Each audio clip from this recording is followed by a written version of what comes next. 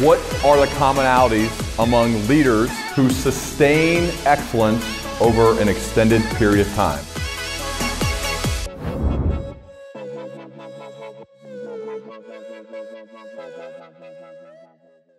Jay, as I told you before we started recording, big fan of you as a player, and now with everything you do in the media world, man. Great to have you here on the Learning Leader Show. Welcome. Thanks, man. I'm stoked to be here. I heard we have a lot of commonalities. You said the Duke ties were pretty strong, so I look forward to continuing it. You're the fourth Duke guy. I had JJ Redick.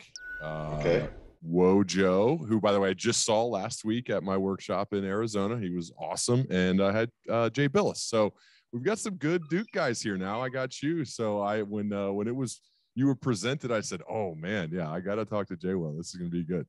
Well, Jay Billis sets he sets a pretty high bar. So, you know, from his legal background and his sarcasm, though I'm sure he delivered a ton of his dry jokes, which I thoroughly enjoy as a listener to him sometimes. Me too. And now you guys are teammates again, I guess, both at ESPN. So pretty cool. I want to go back to earlier in your career. I know it's a story you've talked about a lot, but there's a few reasons why I want to bring it up. So for those who don't know, you're second overall pick in the 2002 NBA draft, one of the best college basketball players of all time, win a title at Duke, phenomenal player. But in June of 2003, you get into a motorcycle crash that almost kills you, but basically puts you in a position where it looked like you were not going to be able to play. But I want to hone in on a specific moment because this is a leadership conversation. Mm-hmm. I believe I read that Coach K, your college coach, flew on a private plane from Colorado to come and see you after you'd gotten in this accident. And I was curious about, one, what he said to you and what it meant to you that he came to see you from all across the country after you got in this accident. You know, Ryan, one of the best lessons I learned during my tenure at Duke, especially for me, you know, because I wasn't a true point guard. So when I was in high school, funny story, my high school coach and Coach K, during his official visit, my mother made Polish sausage, which is like so funny. Like you can make other meals for Coach K other than Polish sausage, but trying to like, hey, this is etiquette, you know, we want to serve you a dish that you're familiar with, things of that sort.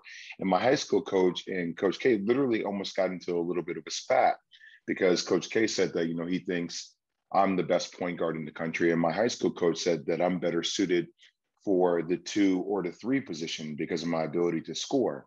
So if that gives you any insight into, I didn't really think the game thoroughly through. As a player. I was more reactive than proactive as a thinker, as a player. And from that moment on, he started planting seeds for me to look forward to moments of the game, right? So, hey, when this turnover happens, how will you react in this type of moment? He gave me more scenario-driven workshops to kind of prepare my mind for how I would handle adversity throughout games, which paid major dividends for me as a player. And this moment after my accident, obviously you can imagine the emotions very similar to a game. The emotions are very, very high, right? Because you're lost in the extremism of things, right? So for me, I'm in the hospital room, and I'll explain this analogy in a minute on how I can tie the two together, but I'm in the hospital room. I have, you know, pins, 3 metal pins stuck into one into my higher thigh, one into my knee, one into my shin that's holding my leg up. I have 2 metal pins that are about 1 foot that are extending from my both my hips, because I, you know, literally severed my pubic symphysis, similar to when a woman has a child.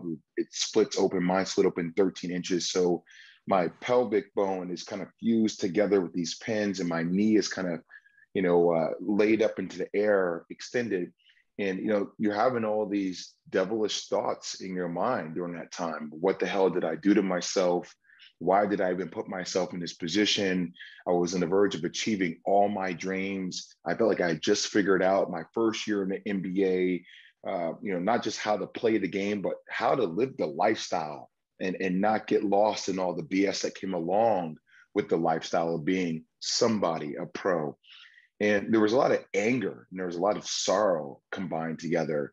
And once again, in that moment, a guy that got me to look forward to how I would handle something later is, he handed me a rosary that I still have to this day.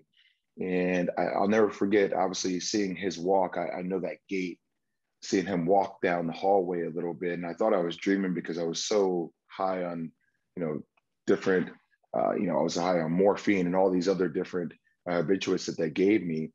And I'll never forget, he brought this pendant, this rosary, and he handed it to me. And I was on the verge of crying, and he puts it in my hand.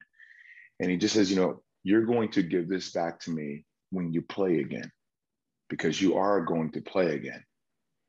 And here I was as a 21-year-old young adult who was so lost in that particular moment, in my own sorrow, in my own anger about what I had done to myself and the end result of it, that I couldn't get myself out of that cocoon, that moment.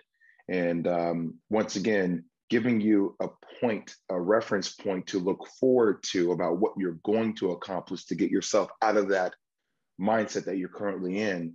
That's exactly what that rosary did for me. And it got me to start thinking about, okay, I just turned the ball over. Hey, I just missed 5 shots in a row, but I'm not going to let these bad series of plays or that turnover or this accident define me. And that was the first step in the process of me transitioning myself psychologically towards what I wanted to achieve next. And obviously that came with, years of physical therapy and a lot of mental rehabilitation as well. But that was the first seed that it planted. And he planted a lot more, but that was the first step. Wow. Thank you for sharing that story, man. It makes me think from, again, like the leadership lesson here, when we're working with people who are struggling or going through something really challenging, that he was thoughtful enough to think way ahead to give you almost like a point to shoot for, right? Like, and it seems like you obviously remembered this and you learned from this. Like, how do you try to incorporate this into your life now as a leader to give other people, I don't know if the right word is hope or a path or some guidance or all of inspiration, all of the above? Because at that moment, I'm guessing your feeling is about as bad as a person who's still alive can feel, right? Yeah. You've thrown everything away. People are calling you probably an idiot for getting on a motorcycle when you're an NBA super, whatever, all those things.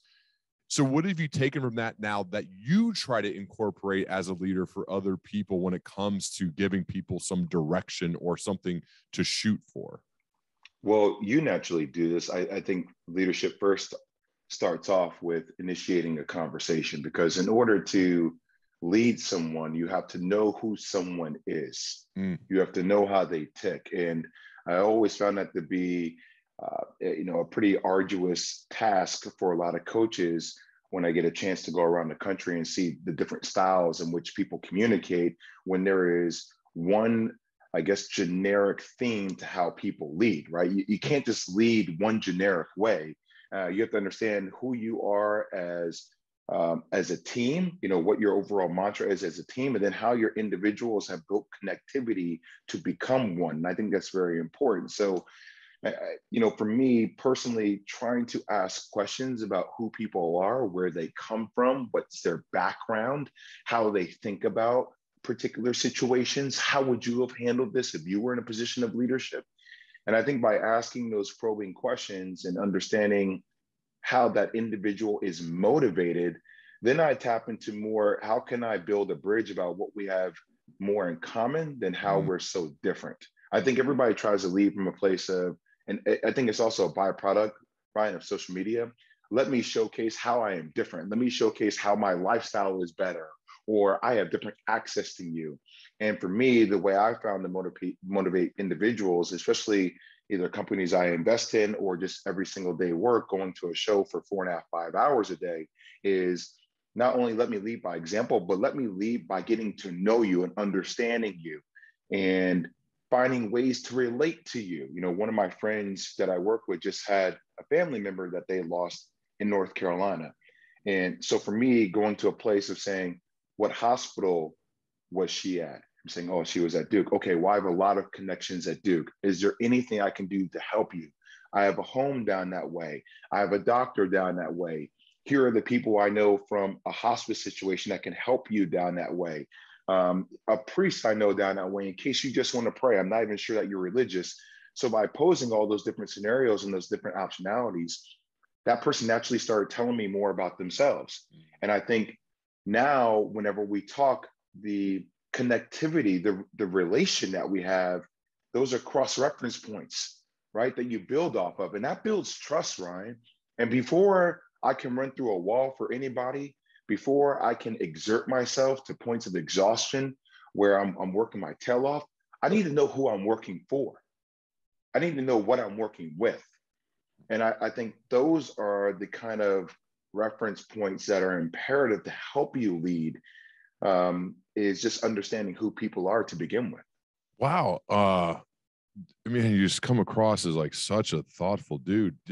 Is this from your mom? Is this from Coach K? A combination of all the people? I mean, I have to believe it starts when you're young. I mean, where do you come at life with this type of thoughtfulness to say it's about caring, it's about curiosity versus judgment is what I'm picking up on, right? Because like, especially today, it's easy for others to judge somebody first as opposed to approaching them with curiosity. And I think those two are polar opposites, right?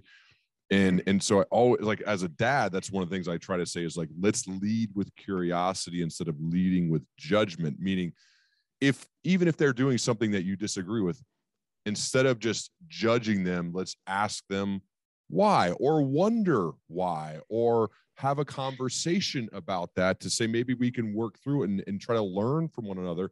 Just because they think something different or they're doing something that maybe you wouldn't do doesn't immediately mean let's just kill that person, right? It's like, let's try to figure that out. So I have to ask first and foremost, is that from your mom, or where does that come from? I think it's from a combination of things. You know, my mother used to always talk about life isn't interpreted by headlines. You know, we naturally live in a headline-driven society. What the headline says is what it is. And these are the facts. And my mother's like, well, wait a second. Did you read the 10 pages of fine print before you sign the documentation? Like there's context to a lot of these things. And I think my mother always had a drive, and still does, for education, for knowledge. While she was raising me with my father, she went back to school to receive multiple master's degrees to better herself while she was taking care of my grandmother, who was on dialysis, who had polycystic kidney disease, which inevitably she lost the fight to. So I think I naturally saw that type of work mentality, that type of blue collar grit and everyday approach, which for some people can become extremely exhausting.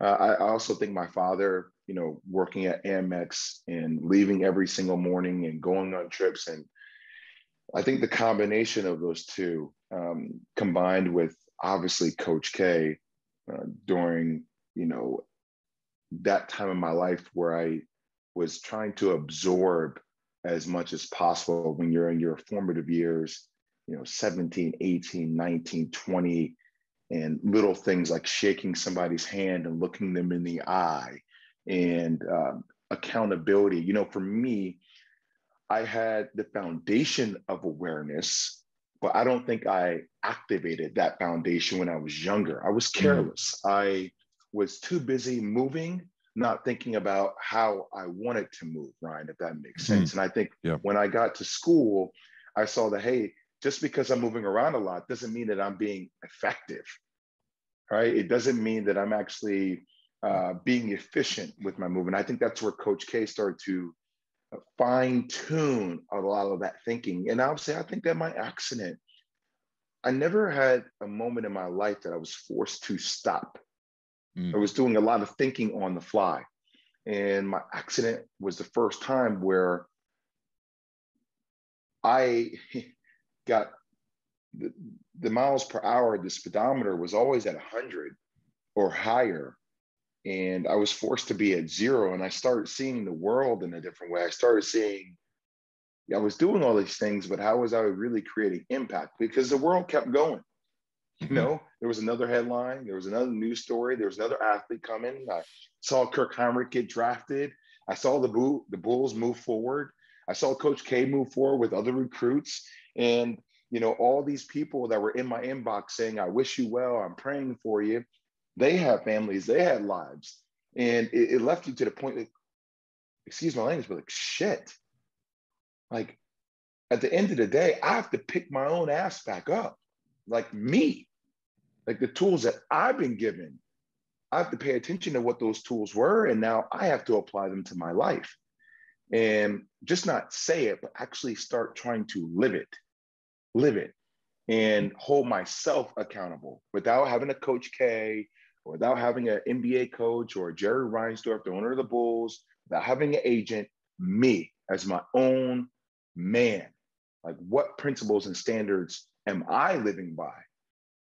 And I think that was the first time that all that foundation that I had, all that coaching and fine tuning I had from my Coach K and what he's built upon from what my family did. Now all of a sudden it was like, this is your opportunity to go off into the world as your own man and figure out what kind of man you want to be.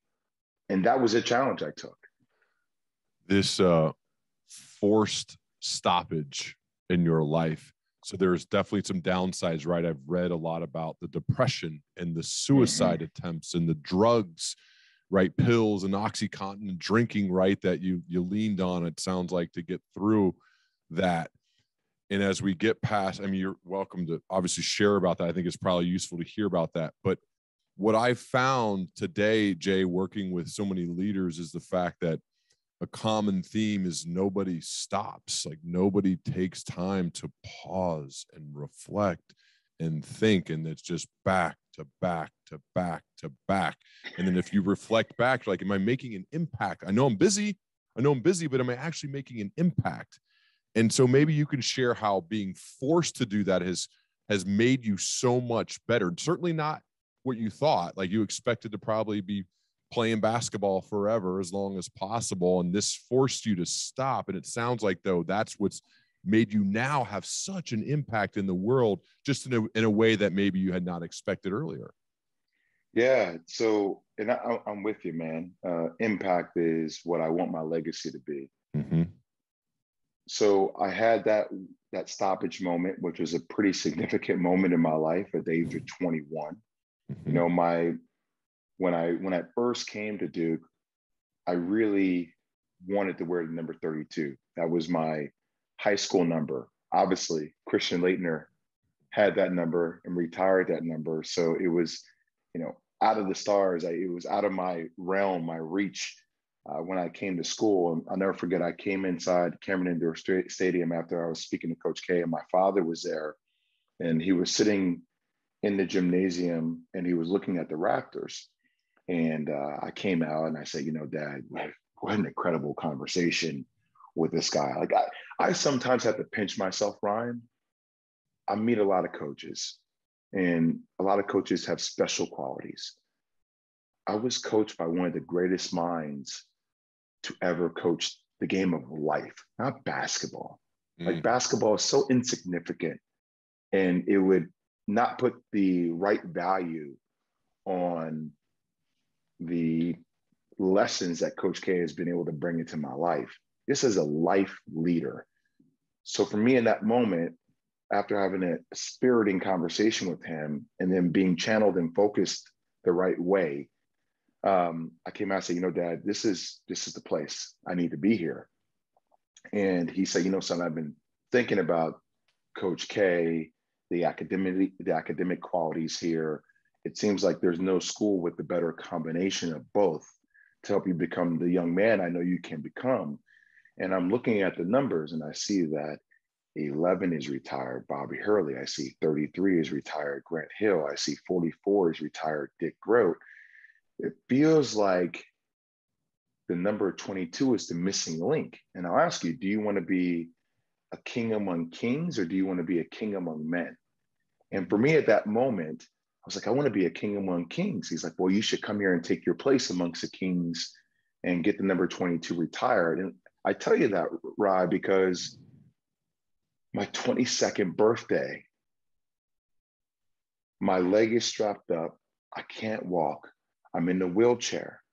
And in my mind, when I take you back to the moment when I'm 17, being a two-time National Player of the Year, staying in school and graduating a year early, being a second pick in the draft, feeling like this is divine, that I'm going to the same place I dreamt of playing as a young kid, coming out to the same music Michael Jordan had, sitting in the same locker as Michael Jordan, and nobody else wanting it since his retirement, and me saying, no, I want this to rub off on me. And heavy is the head that wears the crown. I want to wear the crown. And then having that happen to me by my own choice. I think at the age of 22, sitting in my backyard with my mother and my father there and my fiance at the time, thinking to myself, how the hell did I get here? And then at that moment being like, this is exactly where I'm supposed to be. This is exactly where I'm supposed to be. And now who I become from this moment on will really dictate, am I what I thought of myself all these years leading up to this point? So I tell you that because I think for me, that's when a lot of the work started. And I'm not going to sit here and tell you that I just had this plan where I stopped myself multiple times throughout my 20s, because I didn't. I almost fell back into the same habit I'd had before, where I have to run. I have to figure it out now, because now am I coming back to play? And oh God, I didn't come back and I didn't play and I got hurt again. And now what am I going to do with my career? A lot of people say, what is it to be a man? And first off, you got to find out what you're going to do and who you are. So there was a lot of that conflation about, you are what you do. And I spent a lot of my 20s running again. And I think it wasn't until I got into my mid 30s that I was like, hold on a second, like I need to start learning from all these things that happened to me in my early 20s. And whether that was George Floyd, and all of a sudden now, hey, go on TV right away and, speak your truth about what it is to be a Black male in media. Well, hold on a second. I'm just not going to do that. I need to think about my strategy and my approach here and saying, hey, work, I understand that you have a need for clicks and that you have a need for ratings. And whenever we're speaking upon racial issues, the demographic that I'm pretty much talking to are predominantly Caucasian males. But I need to think about what is my to-market strategy for myself first. And I need to think about how I actually feel about a lot of these things going on.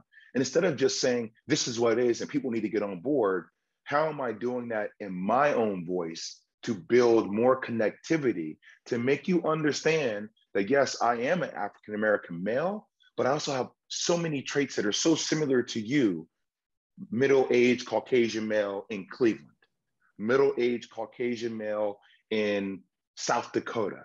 How am I bringing that connectivity so you can understand who Jason Williams is as a human being? And then I can get into the nuances about what it feels like to be Black. But the more you understand who I am, the more you're like, damn, I never thought about it like that, right? Or catching COVID at the NBA Finals and saying, hey, come back and work and talk. Well, hold on a second. I'm worried about how does this affect my daughter who's immunocompromised? How does this affect my mother who's gone through 2 scenarios where she's almost passed away this past year, who's still sick and who's gone through 2 kidney transplants and diverticulitis and congenital heart failure? How am I going to talk about that when I just come back to work? How am I going to talk about how COVID affected me, even though I was vaccinated? Being in a stadium full of 35,000 people while I'm at work. These are very nuanced, delicate subject matters to talk about. While everybody's trying to make a decision about whether they want to take the vaccine or not. How am I being informed enough scientifically so I can talk to you about?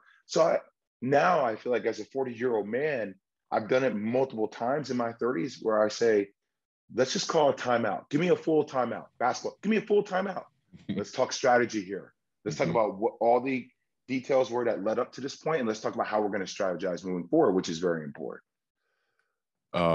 You have become, it feels to me like, and you could expand more on this, like a go-to guy for current players on kind of life, on media, on business building, on off the court interest, on branding.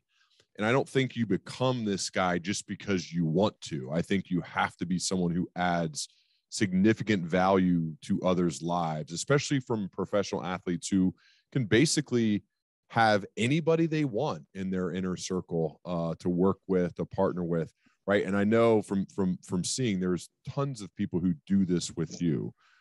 I'm curious, can you talk more about that and why you think you've become one of those guys? Because if you look at it, you didn't have a long NBA career. You played for a year before you got hurt. So it wasn't because you had a long career. It's because of what you've done after your career got cut short. What is it about you and how you approach kind of life and business and branding and career building that you think is so attractive to other professional athletes that they want to call you and hang out and work with you? Well, I think it's about how you frame your narrative, Ryan. I think that's so important. And I think for me, my accident was the first lesson in that. I think for the first couple of years after I was hurt, you know, and you already alluded to this, right? Jay Williams, the idiot. Jay Williams, the guy that, you know, hit a utility pole going 65 miles an hour and threw away his career. There were so many of these narratives that were being formulated about me that I let get out of control because I never faced my own moment of adversity, right? You know, Jay-Z had the song back in the day, you know, called Moment of Clarity. And I think for myself, that moment of clarity came when I said, enough of me allowing other people to tell my own story. I'm going to go to market with my story. This is my story. And I think going around to different book publishers and having a lot of them tell me no, that there needs to be more here, that, you know, you need to experience more, there needs to be a payoff. And I'm sitting there saying, you know, at 28, 29, the payoff is that I'm alive. That's the payoff. And the payoff is that all these opportunities that have been given to me came from me finding a way to forge myself through the fire, right? It's almost like a sword. You know, when people, you know, mold the sword, like it takes hot flames in intense increased heat in order to shape this sword to have a fine point, to be sharp. So for me, my accident was me being, you know, in swords into the flames. And so talking about all those lessons and what I learned, and also, you know, be frank with you, I think there's so much relatability that I have to athletes. And I'm not going to sit here and say that I'm perfect. It's been extremely challenging for me to navigate this media landscape and the amount of hours that you're supposed to speak and some of the corners that puts you in. But I understand it for people even more so now, Ryan, at 40 years old. I empathize so much more with people like Kevin Durant, LeBron James, and Giannis, and superstars of tomorrow in all sports, because people have these stories that are being told about them from other people that don't really have insight into their lives or who they are. And these stories are automatically facts. And then you have the slew of people online that constantly feel like they throw daggers and jabs at you because it's either funny to them because of what they're going through in their life, and that's their way to get away from that, or they just feel like, hey, I can say whatever I want, there's no repercussions. And psychologically, what does that do to you every single day when you're consuming information about yourself on this? What does that do to you every single day? How do you combat that? How do you fight that? So I think now being able to carry all those experiences to the table of having a platform and talking about it and being open and authentic about what my challenges were and how I'm trying to navigate that, hopefully lends to them and how they navigate it. And hopefully lets them understand that everybody is out here having a hard time navigating this new space of vulnerability and being open, having people criticize you and chastise you for every play, every decision that you make. You know, Anthony Davis, people are reporting on his wedding as if it were Game 7 of the NBA Finals. You feel like you have no more privacy to even have delicate conversations about something that you don't know. You have to be this individual. I know everything, or I'm not going to talk about this. How do you have an environment conducive to learning when there's not transparency and vulnerability in that environment? You know, it's not conducive to you learning because you have to be retracted from the real world, because you know that even you saying the wrong thing, even if you're ignorant about a subject matter, that can get twisted or contorted, and that's another headline. Mm-hmm. So for me, I just try to create that environment as much as possible to say, hey, not everything needs to be a story, you know, to the media. I just want to see you win, just like you want to see other people win. Let's figure out the best environment conducive for that to happen.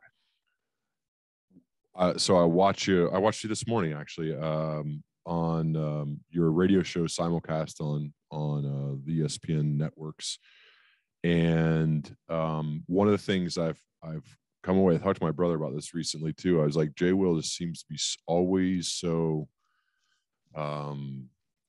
overly prepared in a great way so that you can just let it flow.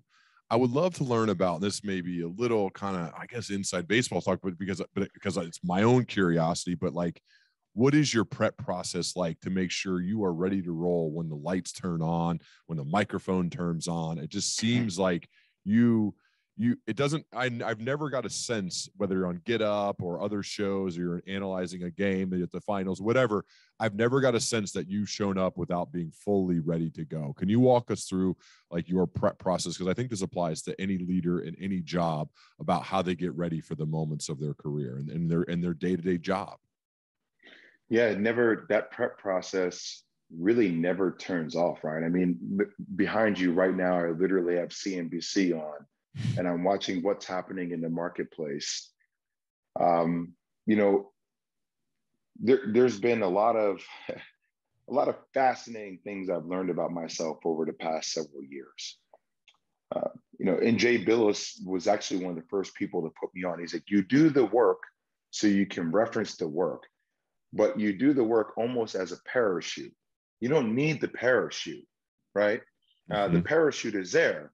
But how you navigate the conversations is things in case you draw a blank, or in case there's a deeper point that you want to make that, hey, here's a nugget for you just in order to seal your conversation together. So that's an ongoing 24/7, 365 process, especially when you're not as familiar with other sports. You know, I can go back and break down plays with my eyes closed from last year's finals. I can go down and break down how I think LeBron James and Magic Johnson are two of the most gifted passers the game has ever seen, and give you different scenarios in games in which I think they've proven that. It's a little bit more challenging with me in football, right? Like, I didn't grow up playing football. I played Pop Warner for a split second, but I really excelled at basketball. So going back and being prepared to be able to talk about different divisions, historical references for different divisions, player stats and who's in the MVP race this year as opposed to last year, and how you compare those nuggets, like that takes a lot of preparation. And to be able then to be as familiar with NHL hockey to a degree, right? Based upon, if we decide to talk about them, what's happening right now in Major League Baseball, if that's with the Mets or with the Yankees, and will they get the wild card? Has been trending in the right direction for them lately, which makes me a little bit concerned, you know, or the Mets and Javier Baez. I think it takes, you know, I went to the Mets game the other day and threw out the first pitch and talked to Luis Rojas, the manager. Like, I miss that so much too, spending personal time with individuals. You know, the past 2 years has been tough when you don't get a chance to spend time with people and go to their environments and hear their stories, right? Marcus Stroman spoke to him the other day, Duke alumni, he's a pitcher for the Mets, and hear about his interpretation of Javier Baez and the thumbs down scenario and how that made fans feel, but get their inside POV on what even got them to that point. Wow, that makes you understand it differently. So I think it's almost been through osmosis, Ryan, going to events, understanding what's happening on the business side, sitting down with the guy in his box like Steve Cohen, understanding his mindset about where he wants to take the Mets organization, why he thinks Francisco Lindor is so pivotal to where he wants his franchise to go from a leadership perspective, understanding, hey, is there a guy like Theo Epstein out there that can help their franchise get over that hump and go to the next level? I think by combining business and sports with an understanding of who athletes are, that is my goal. Like, that is who I am. And I see guys like Darren Rovell. I hear guys like Stephen A. Smith. And I see guys like Kendrick Perkins, right? Like, what is the combination of all three of those?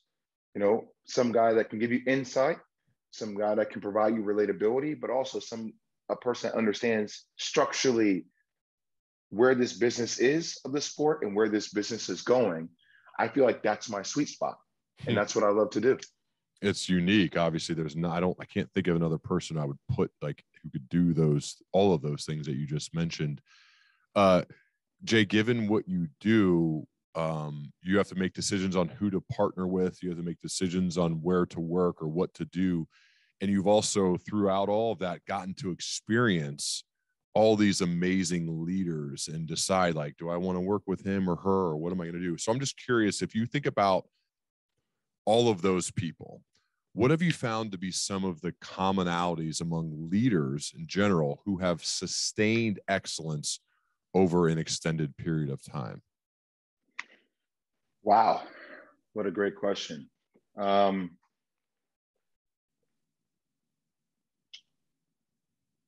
So many things. Jack Dorsey, being on a plane, coming back from the West Coast to the East Coast, spending time talking about him. And obviously the platform that he's built has led to so many conversations around how we treat one another and what the effects of that do to young minds in their formative years about how they feel about themselves. Twitter, by the way, we're talking about. Yes. Created Twitter, CEO of Twitter. Okay, go ahead. Sorry. Yes. And thank you for providing that context. I should have done that sometimes, just saying Jack. Right. I'm with you. And I think how he carries this incredible weight for the responsibility that comes along with the platform and how it's helped mold minds. And it's been challenging, but there's a concerted effort. One of my really good friends, a guy named Mark Klaus, who is the CEO of Campbell Soup, and his story is pretty amazing. I met Mark when Mark was the CMO of Mondelez, and I'll never forget, our relationship, really flourished because we had so many commonalities. And I'll never forget, Mark didn't get a chance to see his son play high school football a lot because he was traveling around the world. And obviously, when you're the CMO of a company, there some pretty high intense moments you go through. And I'll never forget this moment. We're having dinner and Mark is telling me that, I'm thinking about taking a break for a minute. Like, well, Mark, you're on track to become CEO of Mondelez. This is a Fortune 500 company. This has been something you've been talking about for a while. And he's like, yeah, but I didn't get a chance to spend time with my son. And my other son's about to go through high school and I want to see him play. I want to be present for him. And I want to also spend time with my older son. And now he's graduating. He's going to be in the city. And, I'm going to prioritize that. And I give him credit. He stopped, he took time. And then, a headhunter found him. He became the CEO of a smaller packaging company. And 3 years later, you can't make this up, Ryan. This is how the universe works. He's watched his son play high school football. He's having an incredible time. He's running this business. And then private equity comes in and they buy his company for like a 10X and he makes crazy amounts of money. And he's like, I just been rewarded for prioritizing my family. You never hear stories like that, right? So I give you the Jack Dorsey example of prioritizing social responsibility and how there's a concerted effort to do that. I give you the Mark Klaus story because there's a concerted effort to prioritize family. And, I think these are life lessons that you find from great individuals. And I'll give you the last one, right? How are you creating impact for those that are creating impact? I watched a docu last night with my wife, and yesterday was a pretty significant day. And I was actually pretty frustrated about it because I know we live in this world where we talk about sports all the time, and there's a lot of big time games on yesterday. And Tom Brady threw for 5 touchdowns and no interceptions. And Russell Wilson, they lost to the Tennessee Titans, and the Dallas Cowboys, they beat the Chargers because, Greg Zerlin makes a field goal kick from 56 yards and he redeems himself, Legatron and Greg the Leg and all these stories. And I'm sitting there saying, these stories pale in comparison to the biggest story that happened yesterday. We sent 4 individual civilians to outer space, and they came back yesterday. Right? Like SpaceX and Elon Musk, like this, for lack of better terms, like arm races between him and Richard Branson and Jeff Bezos to almost commercialized trips to outer space and what that experience must be like. And I mean, we sent, somebody that works for St. Jude's. We sent 3 everyday human beings. And for me, when you start understanding about those individuals and their stories about how they've been impactful, and to see that be rewarded, like, wow. Like it makes everything else that we get so lost in day to day seem so minute, right? When you're that far into outer space, looking down on our planet saying, like, that's impact. And however you might feel about it, just the thought of it, life-changing experiences for individuals, how do you provide that to people? How do you give people who don't have any hope something to look forward to, like a Coach K, and plant that seed and have them fight for something? And I feel like a lot of corporations are missing that. People ask me, what's the best thing for retention? Make people a believer in what the hell you're doing. That will increase your retention rate. Because right now, people in the midst of a pandemic and struggles with families, and are we in it? Are we out of it? People are looking for something to hold on to, Ryan, and you have to be able to provide that for them. Can we talk about Kobe for a second? Sure. One of my all-time best, man. All-time best. Jordan and Kobe were like the guys. And I remember, I think you were one of the very first people, I feel like, that had kind of their response to his death go viral. Not that you think of that way, I know you don't, but I remember watching it and then watching it again, and it was just seemed so heartfelt and just full of raw emotion.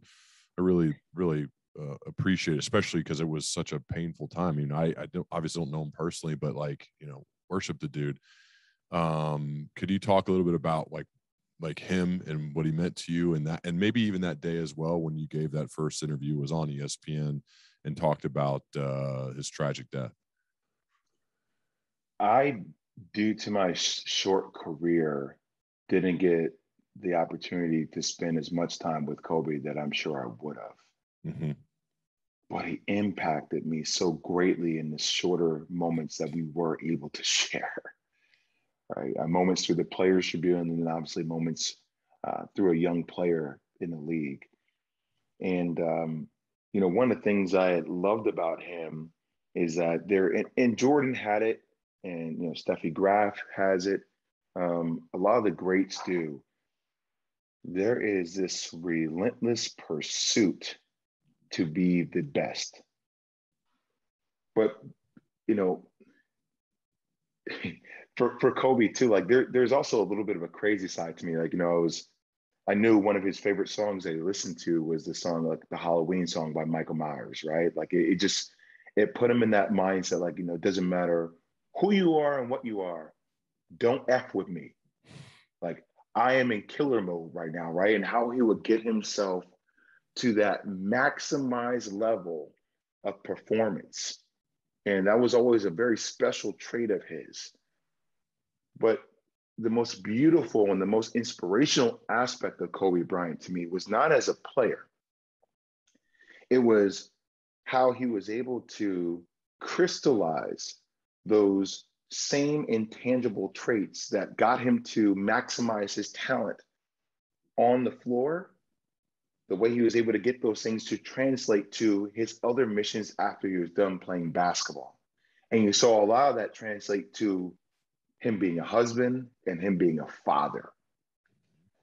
You know, one of the first things people always ask me when you meet people at different events is, if they don't know who I am, but they see other people talking to me, is like, oh, like, hey, what's your name? You look familiar. I'm like, oh, hi, I'm Jay Williams. Nice to meet you. They're like, what do you do? Right? And it's so easy to get lost into that, Ryan, because every single day, if you're not focused on who you are, you easily become what you do. You start talking about yourself with those type of reference points. Does that make sense? Oh, yeah. Yeah. Yeah. And I think watching Kobe go through the process of saying, that's what I did, but this is who I am. And these are how those principles apply to every facet of my life. That I'm going to take this rag of water and I'm going to squeeze it so damn tight. I'll be damned if I don't let, that one little drip not come out. I want to get the most out of it. And that's just always the precedence that Kobe has set for me. And I think that particular day, I just became a father a couple months before. That brings on a significant different meaning to an individual. You start recognizing the importance of not providing monetarily, but psychologically, what kind of footprint, what kind of trajectory, what kind of standard are you providing for your wife and your child about who you are and about what you want your family to represent. And that day for me, finding that out, it would have been so typical for anybody to try to describe Kobe Bryant by putting him in a box, right, about what he accomplished on the court.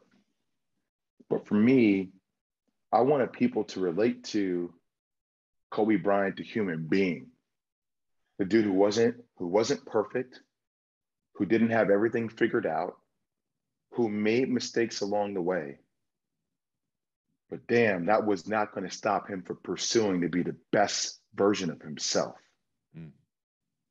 And if there's anything that my experiences have taught me, is that nobody promises you how long you're going to be here, man. And to combine that raw emotion with how I felt about him as a human being in conjunction with my own emotion of still being here to witness that when I could have been in the dirt 19 years ago. Mm-hmm. I think once again hit me at the core of my soul about this is a moment for him to impact people the way he would have wanted to impact people, way beyond basketball could ever do for him. And I'm sorry for going a little bit long-winded on this one, Ori, but it was on my car ride on the way over, before I went on air, I was obviously emotional, but I was like, I really want to epitomize that for people because I think it's important for people. That's what Kobe's legacy was, not the championships or the porn, It was, man, the impact he had on people. You have kids out there that want to be like Mamba. Yeah. They want to, Mamba mentality. And that spirit needs to live on to give other people hope about. Kobe didn't always believe in himself when he was younger, and he started to. And look what happens when you believe in yourself. It still brings on challenges, but wow, to see that and to try to talk about that, man, that was It's one of the realest moments I've ever had in my life. You were phenomenal, man. You know, one of the things about Kobe, I started feeling towards the end of his career. It took him some time to get to this place. Sure, you could sense it, and it's happened with others too. Is he got to the point where he was 100% authentic. I felt like he said exactly what was on his mind, and while some of it might have been controversial, or he was like, "This is me. This is what I think. This is what I'm about to do. I'm going to go score 60 or whatever." And I think it was a great leadership lesson for me, seeing him as he grew into that, which is hard to do. I know it's especially harder for younger guys. I get it. But it was like, you know what people want to be around? You know what people value? They value that part of it. They value, like, is this person being real? Is this person being authentic? And I got that sense. That's why he became so beloved, even though he's certainly a flawed person, because it was like, I feel like we know where we're at with this guy. And I think leaders could learn a lot from that part, especially that stage of his career where he was just telling you what he thought. You know, Ryan, also, I think what comes along with that, like the ability to protect the ones around you, right? Yeah. And, you know, kind of save them from a lot of the stuff that goes on. I try to tell people that, you know, can you imagine what it's like to be a Kobe Bryant? Everywhere you go, somebody is trying to talk to you about what you've done before in the past. You know, somebody's trying to tell you, hey, this story or that story. And if you allow that stuff, that can steal those present moments you have with your children, with your wife, with your family members. So I think, you know, you couldn't have said it better, man. It also puts in perspective how crazy and close knit of a group that family was. You know, and they went through a lot of stuff, man. You know, and for his wife to be by his side, speaks volumes. One last question, Jay, if you got a second, and that is, yeah, I got time. Okay. There's somebody who's graduating college recently, and they're in the working world, and they hear your story, and they hear the talk about impact, and that person wants to leave a dent in the world, a positive impact on other people. What are some of the general pieces of life advice / career advice you would give to somebody in those early stages in their career? So one of my friends told me once when I was younger that if you're not living your life with passion, then what's your purpose? Right? Are you just floating? Are you just somebody who's there? I think we all know a lot of people who are just there. And that's not said in a malicious way, Ryan. It's just what happens is life will constantly throw things at you. And if you allow life to dictate what your tempo is, then you'll constantly be going, right? And you'll look down and be like, where am I? It's like sometimes when you're climbing on a mountain, sometimes you need to just stop and be like, damn, I've climbed a long way. I've never thought for taking a second to look down. Wow. Like I'm always looking up about where I want to climb, but sometimes just take a second and pause. And I think the biggest thing that I would say is that appreciate your position while planning your promotion.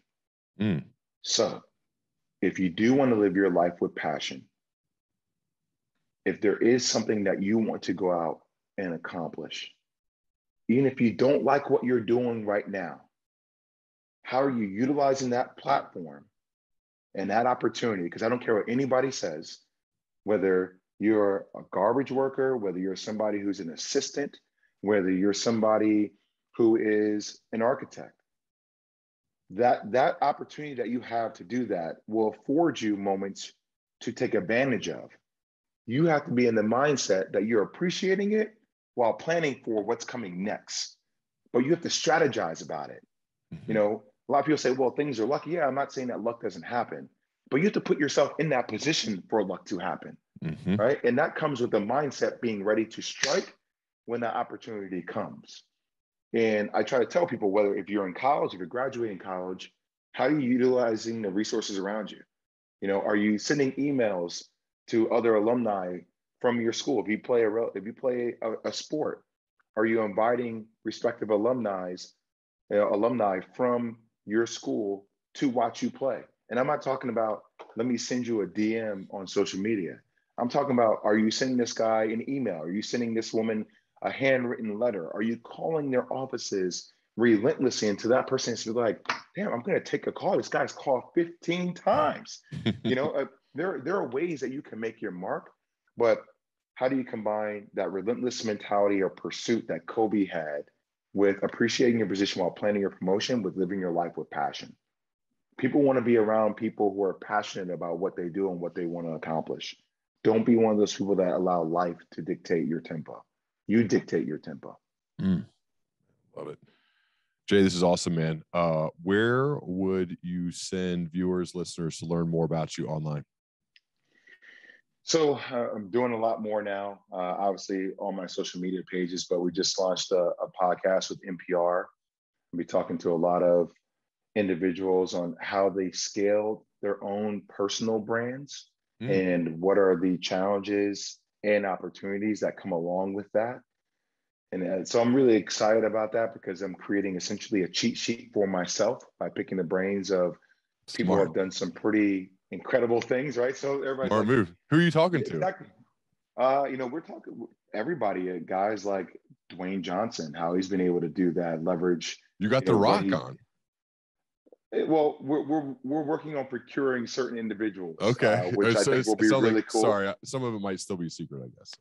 Yeah, no, it's all good. It's all good. Okay. So I think all that is very exciting for me because I think that's very authentic to who I am. Yeah. So for me to then also have a notepad and for me to jot down notes and then to share my notes with my viewers and my people that pay attention to me about hey, these are the things I'm going to make applicable to my life, and this is how I'm going to insert them. It's really cool. Obviously, what I'm doing with ESPN every single day on our show, Keyshawn, Jay, Will, and Max, which is cool. Working with Max Kellerman and Keyshawn have been great for me. And then, what I'm able to do with some of the businesses I'm involved in. So I'm really excited about the opportunity, man. It's once again, I feel like, when you turn 30, it feels like things slow down. But just turning 40 September 10th, I feel like things have slowed down even more. And looking forward to see how that matrix takes me to a different place. And it's so cool. And I really appreciate the care and thought you put into this one today. And I just got to tell you, man, I would love to continue our dialogue as we both progress. Hopefully there's an in-person meeting at some point here in the future. It'd be a lot of fun, man. I would love that, Ryan. And congrats on everything you're doing, man. Keep blazing your path, bro. We need more people like you that challenge the status quo and think outside the box, but also can put things into perspective. Oh, man, it means a lot. I really appreciate it. Thanks so much, man.